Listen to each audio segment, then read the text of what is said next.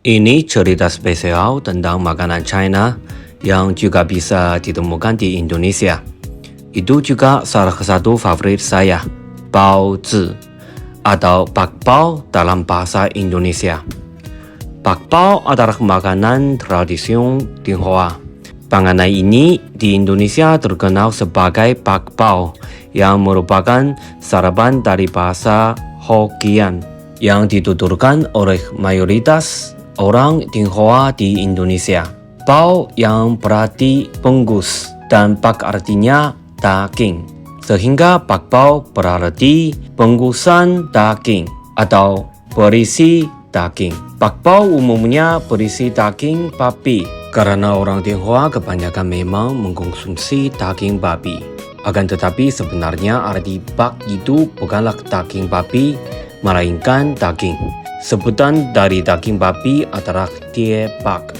Tetapi bakpao babi tidak dikenal dengan nama tie bakpao. Sebaliknya, bakpao yang berisi daging ayam dinamakan goi bao atau ge bao. Kalau daging sapi, sebutannya adalah gu bakpao. Gu artinya sapi. Bakpao dalam bahasa Hakka Gek yaitu nyuk bao, yuk bao, yang mempunyai arti yang sama yaitu daging berbungkus. Di wilayah Sulawesi Utara, bakpao disebut biapung dan sering dijadikan sebagai makanan pendamping saat minum kopi. Isian bakpao sendiri berarti harfiah adalah baozi yang berisi daging. Pada awalnya, daging yang paling lazim digunakan adalah daging babi. Baozi sendiri dapat diisi dengan bahan lainnya seperti daging ayam, sayur-sayuran, serikaya manis, selai kacang kedelai, selai kacang merah, selai kacang hijau, selai kacang hitam, dan sebagainya sesuai selera. Kulit bakpao dibuat dari adonan tepung terigu diberi ragi untuk mengembangkan adonan. Setelah diberikan isian, adonan dibiarkan sampai mengembang, lalu dikukus sampai matang. Untuk membedakan isi bakpao tanpa daging, biasanya di atas bakpao diberi titikan warna. Demikian juga dengan isian yang lain diberi tanda warna yang berbeda-beda. Sejarah bakpao diciptakan oleh tentara Tionghoa yang bernama Zhuge Liang. Pasukan Zhuge Liang mengirimkan kereta makanan kepada pasukan Meng Huo, musuh pasukan Zhuge Liang. Namun kereta makanan tersebut berisikan musuh. Hal tersebut membuat Meng Huo murka sehingga Meng Huo merubah jalur perjalanan yang dilalui Zhuge menjadi aliran sungai yang deras berkat kekuatan sihirnya. Untuk dapat melalui sungai yang deras tersebut, maka syaratnya adalah Zhuge harus mengorbankan 50 kepala pasukannya untuk dijadikan tumpau yang kemudian akan dialirkan di sungai tersebut. Namun Zhuge tidak ingin pasukannya menjadi tumpau sehingga ia menyuruh pasukannya untuk berburu hewan.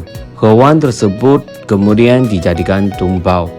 Daging hewan dibungkus dengan adonan tepung dan dibuat menyerupai kepala manusia, lalu adonan daging hewan tersebut dialirkan ke sungai. 7 variasi baozi asal China paling populer, roti khusus mengenyangkan. Yang pertama, zhima bao.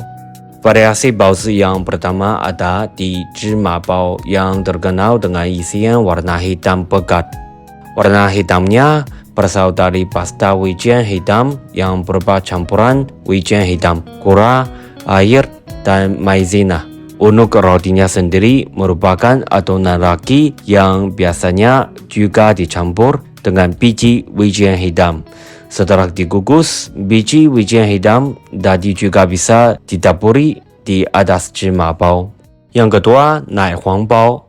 Roti khusus satu ini termasuk dalam hidangan tradisional China yang menggunakan adonan tepung gandum. Nai huang bao identik pula dengan isian warna kuning cerah yang merupakan custard telur. Rasa dari isian ini begitu manis dan creamy.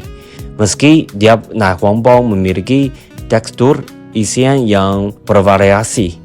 Nai huang bao sering dinikmati sebagai hidangan dimsum bersama dengan teh khas China.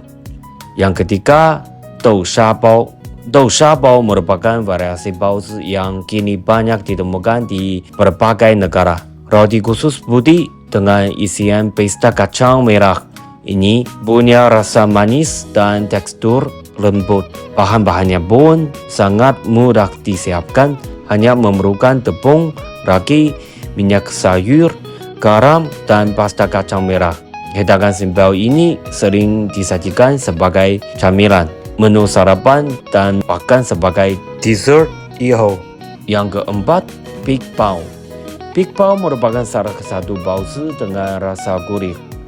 Adonannya terbuat dari adonan ragi dengan tekstur kenyal dan berukuran lebih besar. Untuk isiannya, daging babi atau daging ayam cincang dikombinasikan dengan jamur shiitake yang daun bawang, lalu dimasak bersama menggunakan kecap, saus tiram, serta minyak wijen. Beberapa versi lainnya juga menambahkan sosis ala China dan potongan telur rebus ke dalam isian sebagai pelengkap. Yang kelima, tang bao. Tang bao sering dikenal dengan sebutan tang baozi yang merupakan dumpling khusus isi. Yang unik dari tang bao adalah isian tang bao yang berupa daging babi cincang atau daging kepiting sering mengeluarkan kaldu lezat saat dikukus. Untuk adonan tang bao sedikit berbeda dari baozi lainnya karena menggunakan adonan dumpling kenyal. Setelah matang, tang bao harus segera disajikan agar kaldunya bisa dinikmati selagi hangat. Yang keenam, char siu bao. Jenis baozi satu ini memiliki dua versi, yaitu versi khusus dan panggang.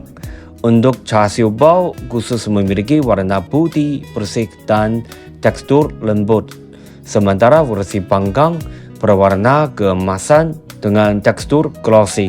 Isian char siu bao menggunakan babi char siu yang merupakan potongan daging babi. Daging tersebut sudah dimarinasi dengan saus barbecue yang kemudian dipanggang. Char siu bao juga menjadi salah satu baozi populer yang kini bisa dinikmati seluruh dunia. Yang ketujuh, xiaolong bao. Xiaolong bao sudah ada sejak abad ke-19 dan diciptakan karena persaingan berjualan dumpling di sekitar wilayah itu. Xiaolong bao sendiri merupakan dumpling dengan ukuran cukup besar dan memiliki kaldu khas. Adonan xiaolong bao haruslah tipis, namun tak boleh lebih tipis dari adonan tang bao. Isiannya dapat berupa daging babi cincang, daging kepiting, atau udang yang kemudian dikukus dengan kukusan bambu khusus.